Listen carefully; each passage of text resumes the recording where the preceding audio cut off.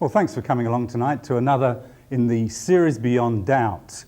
Tonight we're going to be dealing with a very, very difficult question, which really is impossible to answer. Why am I trying? Well, you've got to, really, haven't you? If you've got a really big question, you've got to at least try to grapple with it.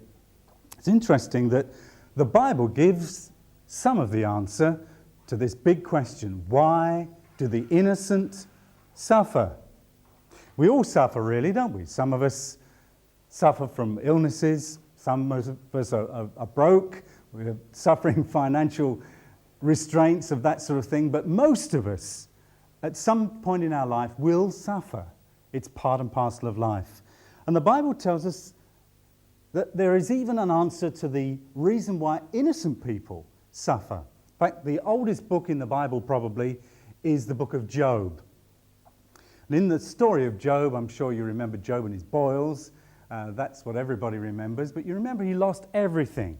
All his cattle, his wealth, his homes and everything. And even his 7 sons and 3 daughters. Everything wiped out. The only thing he didn't have wiped out was his wife. And she came up to him when he was sitting down feeling really sorry for himself and said, "Curse God and die." You know, which was really helpful, wasn't it? And yet, Job, in all this, didn't curse God. He said, "Naked I came from my mother's womb, and naked I will depart. The Lord gave, and the Lord has taken away. May the name of the Lord be praised." And he said further on in chapter 2, "Shall we accept good from God and not trouble?" In other words, he was realistic about this problem of suffering. And when it came his way, he thought, now why has God allowed this to happen? And in this, I'm certainly not going to curse God. I'm going to reveal that I've got the answer because I have a relationship with God. Not the full answer. We certainly don't know the full answer to this huge question of suffering. But we've got an insight here in the book of Job in the Bible to give us a starting point anyway.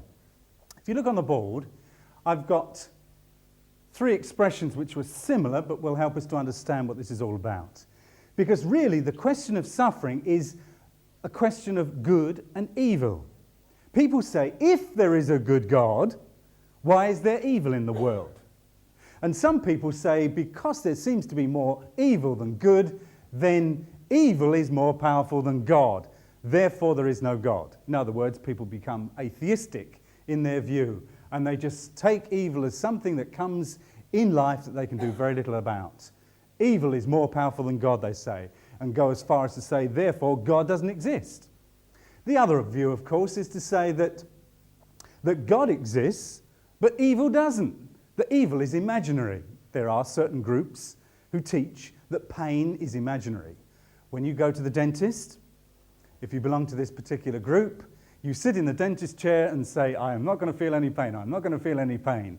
And you're supposed to not feel any pain. And if you've been to the dentist recently, you know that that's not quite true, even though they might give you a shot of something. Pain exists.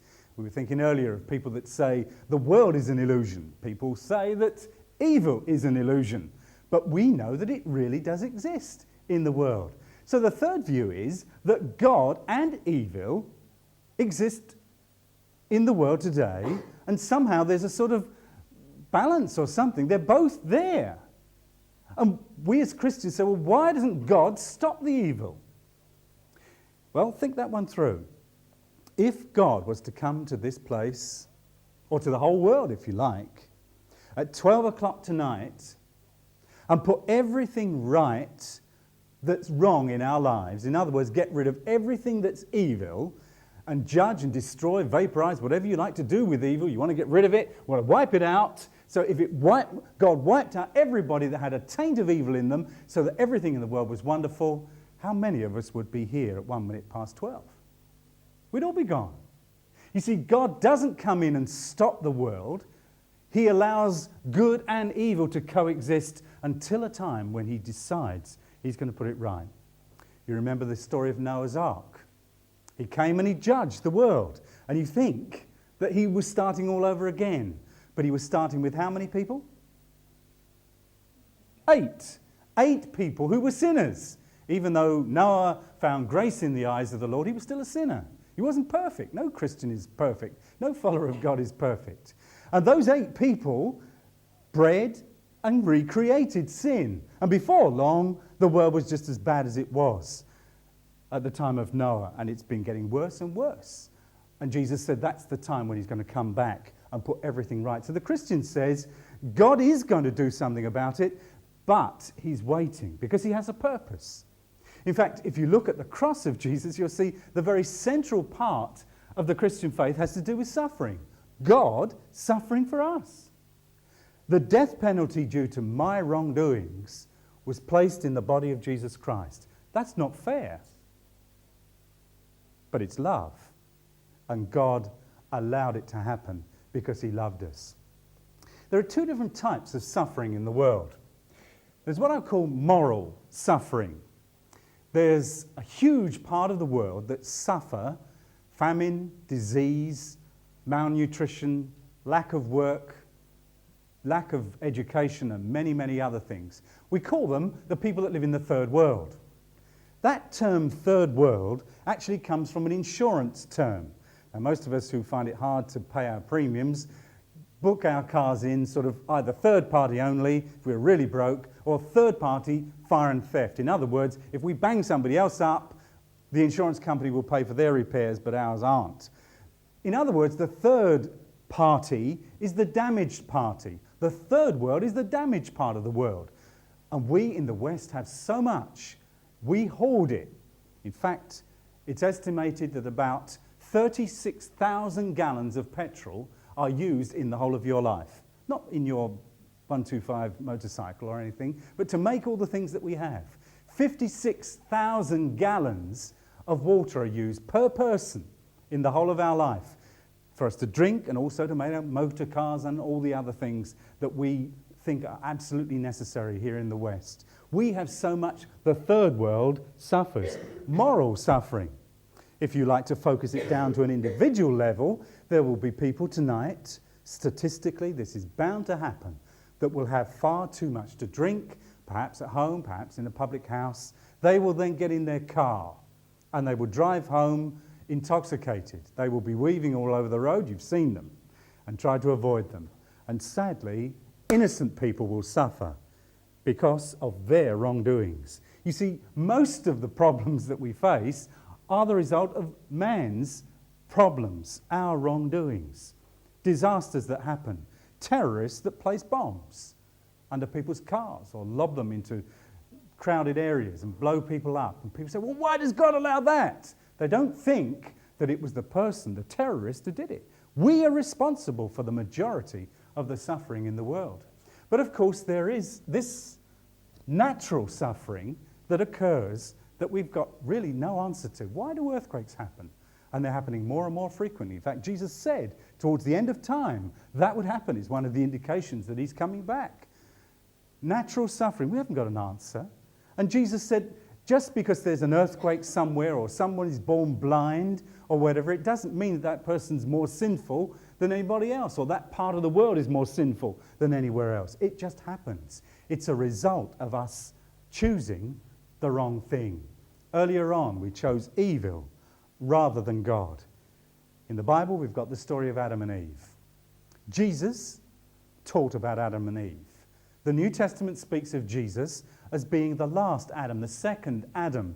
If there wasn't a first one, then he would be talking nonsense, wouldn't he? He's talking about himself as the one who can bring us back to that paradise lost that we all long for, where there is no tears, no pain, and no death. You read the last book in the Bible, you'll find that suffering will be dealt with. But unfortunately, it's not dealt with now. And the true badge of the Christian is suffering, because Jesus said, take up your cross daily, denying yourself and follow me. In other words, it's, in modern terms, take up the gas chamber, take up your gallows, take up your guillotine and follow Jesus Christ. That's what he's saying. It's tough and hard. And real Christians get involved in things that cause them suffering. You look at people on the mission field. You look at ministers in churches.